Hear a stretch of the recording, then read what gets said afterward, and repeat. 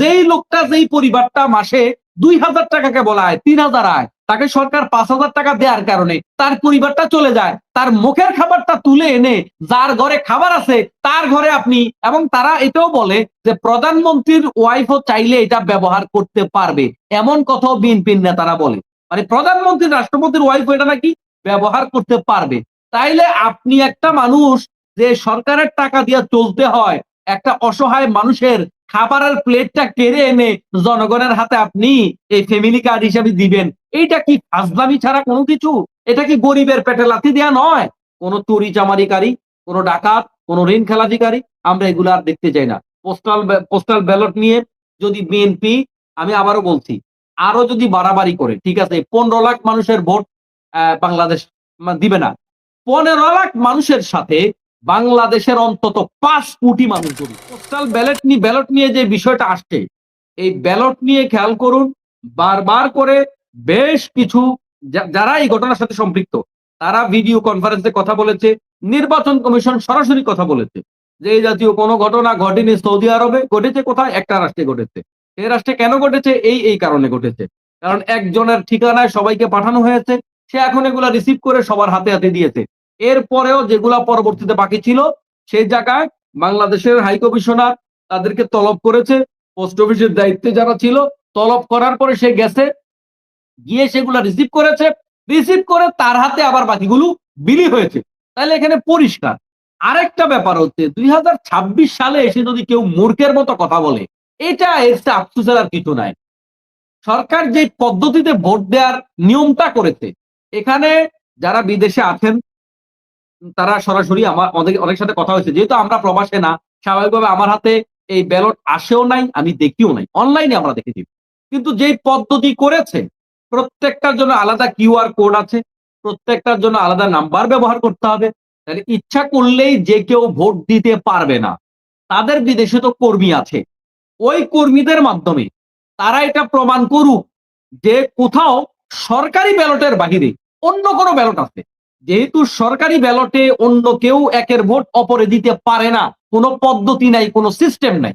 এখন তারা এটা প্রমাণ করুক অন্য কোনো ব্যালট আছে কি না, কেউ নকল ব্যালট বানাইছে কিনা, আর নকল ব্যালটটা বিদেশ থেকে পাঠাইয়া অ্যাকসেপ্ট করাইয়া ওই ব্যালটের ভিতরে ঢুকানোর কোনো পদ্ধতি আছে কিনা, এটা যদি বিএনপি প্রমাণ করতে পারে তবেই এই কথাটা যুক্তিযুক্ত হবে।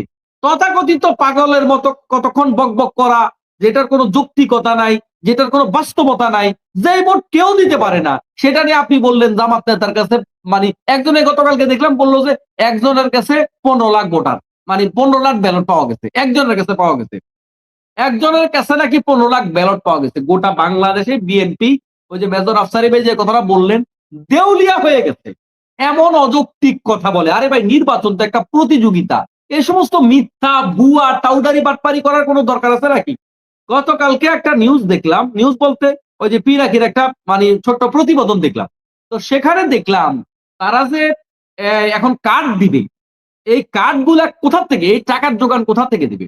তারা বাংলাদেশের ছোট ছোট যে গোষ্ঠীগুলাকে সরকার যে প্রণোদনা দেয়, ক্ষুদ্র নৃগোষ্ঠীকে, তারপরে বিভিন্ন পোশাক শিল্পতে যারা কাজ করে তাদেরকে, পাট শিল্পে যারা কাজ করে, চা শ্রমিক যারা আছে তাদের কাজ করে, এরকম বিভাগ ভিত্তিক সরকার যেই বিভিন্ন সরকারি সুবিধাগুলা দেয়, প্রণোদনা দেয়, এই জায়গায় তাদের জন্য যে কার্ডগুলো আছে সেখান থেকে মাইনাস করে টাকা বাঁচাইয়া তারা এখান থেকে দেবে।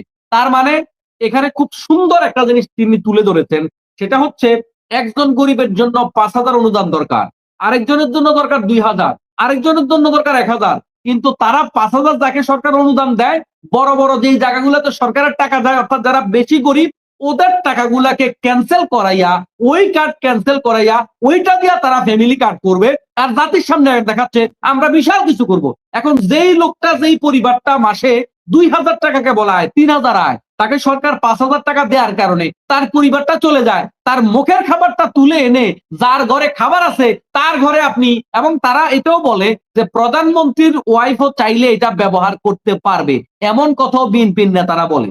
মানে প্রধানমন্ত্রী রাষ্ট্রপতির ওয়াইফ এটা নাকি ব্যবহার করতে পারবে। তাইলে আপনি একটা মানুষ যে সরকারের টাকা দিয়ে চলতে হয়, একটা অসহায় মানুষের খাবারের প্লেটটা কেড়ে এনে জনগণের হাতে আপনি এই ফ্যামিলি কার্ড হিসেবে দিবেন, এইটা কি ফাজলামি ছাড়া কোনো কিছু? এটা কি গরিবের পেটে লাথি দেয়া নয়? এই ভাওতাবাজি তো দেশের মানুষ এত সূক্ষ্মভাবে চিন্তা হয়তো অনেকে করেনি, কিন্তু এগুলা মনির ভাই আপনাদের জাতির সামনে পরিষ্কার করা দরকার। এটা বিএনপির বিপক্ষে নয়। এদেশে গরিব মরতে মরতে আসছে 54 বছরে, আর গরিবকে মারা আমাদের উচিত হবে না। এখন আমাদের সচেতন ভাবে দাঁড়াতে হবে। মেজর আফসারি ভাই যেটা বলেছে, আমরা গোটা দেশবাসীর কাছে বলবো, আগে যা হবার হয়েছে, এবারের বাংলাদেশ আমাদেরকে সবাইকে 500 টাকার বিনিময়ে যেন আমরা আমাদেরকে বিক্রি না করি, 500 টাকার বিনিময়ে যেন দেশকে আমরা ভারতের হাতে তুলে না দিই, 500 টাকার বিনিময়ে যেন আমরা অনিশ্চিত গন্তব্যের দিকে রওনা না হই। আমরা যাকে খুশি তাকেই ভোট দেবো, এ নিয়ে আমাদের টকশোতেও বক্তব্য নাই। কিন্তু যাকে দিচ্ছেন এই লোকটা ভালো মানুষ কিনা, এই লোকটা দেশপ্রেমিক কিনা, তার ঋণ খেলাপি আছে কিনা, এই জায়গাগুলো দেখে শুনে আপনারা ভোট দিবেন। পাশাপাশি আপনারা ভোট পাহারা দিবেন। এতদিন পর্যন্ত তারা নির্বাচন চাই বলেছে, এখন তারা বিভিন্নভাবে নির্বাচন বানচালের চেষ্টা করতেছে। এটাই হচ্ছে বাস্তবতা। আমরা বিএনপিকে বলবো, আপনারাই ক্ষমতায় যাবেন, কোনো সমস্যা নাই। তবে আপনারা এই সমস্ত ঋণ খেলাপি যারা করেছে তাদেরকে মাইনাস করেন, আপনারা যারা চাঁদাবাজি করতেছে তাদেরকে মাইনাস করেন। আমি আমার প্রথম পর্বে যেটা বলেছি, এটা যদি হয়, দলের প্রধান যদি চাঁদাবাজি করে, এতদিন তো এগুলা জনগণ গানে গানে বলছে, বক্তৃতায় বলছে, আমরা এগুলা বিশ্বাস করি নাই। কিন্তু বাংলাদেশের দল মত ধর্ম বর্ণ নির্বিশেষে সর্বজন শ্রদ্ধা আলেম ইজহার চৌধুরী সাহেব যখন এই কথা বলেছেন, তখন আমাদের কিন্তু নতুন করে ভাবা লাগতেছে, আমাদের কিন্তু চিন্তা করা লাগতেছে, আমরা বাংলাদেশটা আসলে কার হাতে তুলে দিচ্ছি। আমি সরকারকে বলবো লেভেল প্লেইং ফিল্ড করুক, বিএনপি কে বলবো এই মিথ্যাচার যেগুলা তারা অন্যদেরকে বলে গুজববাজ বট বাহিনী, অথচ মিথ্যা ছাড়া তাদের কোনো পুঁজি নেই। আপনাদেরকে বলবো রাজনৈতিক প্রতিযোগিতা নামেন, হিংসা নয়, বিদ্বেষ নয়, নারীদের উপর নির্যাতন নয়। গতকালকে ফেনীতে দাগনভূঞা উপজেলায় একটা খেলার মাঠে এই বিভিন্ন জায়গায় নারীরা যে ধর্মীয় কার্যকলাপ চালায়, এটার প্রতিবাদ স্বরূপ তারা ছেলেরা বোরখা পরে বোরখাকে অবমাননা করেছে। এই কাজগুলো তো আওয়ামী লীগ করতো রে ভাই, এই কাজগুলো আওয়ামী লীগ করতো। এগুলা করে কি আপনারা পার পাইতে পারবেন? এবং এখনো পর্যন্ত আমার কাছে এত পরিমাণ ভিডিও আসছে, ভোট চাইতে গেছে, তারা বলছে আপনার কর্মী ভাইরা তো আমাদের দোকান ভাঙছে, কেউ বলছে আমাদের জায়গা দখল দিছে, কেউ বলছে আমাদের বাড়িটা তো ভেঙে ফেলছে আপনার কর্মীরা। তখন তারা সেখানে ভোট চাইতে পারে নাই। আপনার গত কয়েকদিনে 14 গ্রামে অনেকগুলো অফিসে ভেঙেছে, আগুন লাগিয়েছে বিএনপির কর্মীরা, বিপরীত পার্টি যারা মানে কি বলে যে তাদের বন্ধুবতিম সংগঠন আছে। তো এখন এই যে অবস্থাটা, এই জায়গা থেকে ফিরে না এসে গলা চাপা দিয়ে আপনারা কিন্তু মানুষের মন জয় করতে পারবেন না। একটা একটা ভোটার খেয়াল রাখতে হবে, কে আমাদের বিপক্ষে ভোট দেয় তাদের পাও কেটে ফেলবো, গলা কেটে ফেলবো, দেশে থাকতে দেব না। এই যে ধমকগুলা দিচ্ছে, এই ধমকগুলা তো বাংলাদেশের জামাত ইসলামী দিচ্ছে না, কোন দল দিচ্ছে না, শুধুমাত্র একমাত্র বিএনপি দিচ্ছে। ভাই আপনারা এত বড় সংগঠন, আপনাদের তুলনায় বাকি সংগঠনগুলো অনেক ছোট, তাহলে আপনাদেরকে কেন ধমক দিয়ে দিয়ে মানুষের থেকে ভোট কামাই করতে হবে? আপনারা কেন মানুষের বাড়িঘর দখল দিতে যাচ্ছেন? এই কাজগুলা থেকে ফিরে আসতে পারলে আমার মনে হয় দেশের মানুষ বিএনপিকে ক্ষমতায় বসাবে। কিন্তু এখান থেকে ফিরে আসতে না পারলে জনগণ নতুন সিদ্ধান্ত নেবে, আপনারা কিন্তু চরম ধরা খাবেন। আমি এই কারণে কথাগুলা বলছি, আমার চোখে যেটা দেখা, বাংলাদেশ জামাত ইসলামী রাষ্ট্র পরিচালনা করার জন্য যাবতীয় প্রস্তুতি অলরেডি তাদের নেওয়া হয়ে গেছে। তাদের সাথে বাংলাদেশ গোটা দুনিয়ার বিভিন্ন রাষ্ট্রের কূটনৈতিক যে কি বলে কূটনীতিবিদ যারা আছে, তারা কিন্তু তাদের সাথে যোগাযোগ করছে। বিভিন্ন দেশের প্রতিনিধিরা তাদের সাথে কথা বলছে, যোগাযোগ করছে। এর মানে কি, তারাও আজ করতে পারছে জামাত ইসলামী সম্ভবত ক্ষমতায় চলে যেতে পারে। এবং জামাত ইসলামী কোন মন্ত্রণালয় কাকে দিবে, কোথায় কি করবে, যাবতীয় প্রস্তুতি জামাত ইসলামী গ্রহণ করছে। এই জায়গায় জামাত ইসলামী যদি ক্ষমতা নেয়, আর জামাত ইসলামী যেভাবে ঘোষণা দিচ্ছে যে আমরা এমপিরা সরকারি বিভিন্ন ভাতাগুলো, সরকারি বিভিন্ন সুযোগ সুবিধাগুলো অন্যদের মতো নেব না, যতটা সম্ভব আমরা নেব না, হ্যাঁ সরকারি গাড়ি আমরা ব্যবহার না করার চেষ্টা করব, এই যে বিভিন্ন বিষয়গুলো, এভাবে যখন জনগণ জামাত ইসলামীর কাছ থেকে রাষ্ট্রীয় বিভিন্ন পর্যায়ে বিভিন্ন সুযোগ সুবিধাগুলো পেয়ে যাবে, তখন আপনারা এই জায়গায় আর ক্ষমতা দখল দেওয়ার রাস্তা আপনাদের থাকবে না। অতএব সময় থাকতে পেশিবাদী আচরণ বন্ধ করে ভালো হয়ে যান। পেশিবাদী আচরণ দিয়ে কাজ হবে না। প্রতিটা বিশ্ববিদ্যালয়ের নির্বাচনে পেশিবাদ কায়েম করার চেষ্টা করে তারা পেশি শক্তি দিয়ে চেষ্টা করেছিল রেজাল্ট ঘোরানোর জন্য, কিন্তু প্রত্যেকটাতেই তারা ফেল মেরেছে। এরপরও কি তাদের শিক্ষা হয়নি?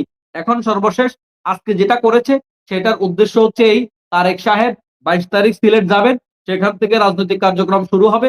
এখন সিলেট যাওয়ার পরে যখন এই পরিবেশটা দেখবে যে সিলেটেই ফেল মারছে, তখন এটার একটা মিশ্র প্রতিক্রিয়া তৈরি হবে মাঠে ময়দানে।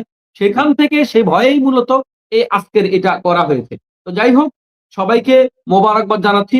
আমরা সত্যের জন্য সংগ্রাম করব, দেশের জন্য সংগ্রাম করব। কোন ষড়যন্ত্র আমরা দেখতে চাই না, কোন চুরি চামারিকারী, কোন ডাকাত, কোন ঋণ খেলাপিকারী আমরা এগুলো আর দেখতে চাই না। পোস্টাল ব্যালট নিয়ে যদি বিএনপি, আমি আবারও বলছি, আরো যদি বাড়াবাড়ি করে, ঠিক আছে, 15 লাখ মানুষের ভোট বাংলাদেশ দিবে না। 15 লাখ মানুষের সাথে বাংলাদেশের অন্তত 5 কোটি মানুষ জড়িত, কম করে 5 কোটি মানুষ জড়িত। মনে রাখবেন, এই 15 লাখ মাইনাস করতে গেলে ওই 5 কোটি দিকে ঠেলা পড়বে। এটা কিন্তু বিএনপি বুঝতেছে না। ওই যে আফসারি ভাই বলছে, মানে কিং কর্তব্য বিমূঢ় হয়ে গেছে, তো পাগল হয়ে গেছে তো। কথা বুঝছেন? আপনার এই 15 লাখকে যদি বিএনপি আটকে দেয়, এটার দ্বারা যদিও 15 লাখ ভোটের মধ্যে আমরা বিশ্বাস করি এখানে 50% না, 60-70% মানে অ্যাবভ জামাত ইসলামী পেয়ে যাওয়ার সম্ভাবনা আছে। কিন্তু এরপরেও যদি এটা করে, তাহলে কিন্তু তাদের পরিণতি ভালো হবে না। কারণ বিদেশে যারা থাকে, খেয়াল করবেন, একটা গ্রামে 2 জন 3 জন বিদেশি। ওই 2-3 জন বিদেশি কিন্তু এই গ্রামের মসজিদের অনুদান দাতা, এই গ্রামের এতিমের অনুদান দাতা, এই গ্রামের উন্নয়নের সে একটা বড় কান্ডারি। অতএব এই 2-3 জন প্রবাসীর প্রভাব কিন্তু ছোট ছোট গ্রামগুলাতে কিন্তু এটার প্রভাব বেশ আছে। এদেরকে যখন মাহরুম করা হবে, এরা কিন্তু এটার একটা রিফ্লেকশন এই ময়দানে ফেলবে, নির্বাচনের ময়দানে। অতএব বিদেশিদের এই 15 লাখ ভোট তাদের পাশ ফেলের কারণ হতে পারে। এটা মনে করে যদি ওই পোস্টাল ব্যালট বন্ধের ব্যবস্থা বিএনপি করে, প্রথমে তো তারা চায় নাই, জামাতের চাপের কারণে এরা আজকে ভোট দেওয়ার মতো পরিবেশ তৈরি হয়েছে। এখন যদি বিএনপির কারণে বন্ধ হয়, গোটা বাংলাদেশে এটার একটা নোংরা নজির স্থাপিত হবে বিশ্ববিদ্যালয়গুলোর মতো, তখন বিএনপি আরো বড় ধরা খাবে।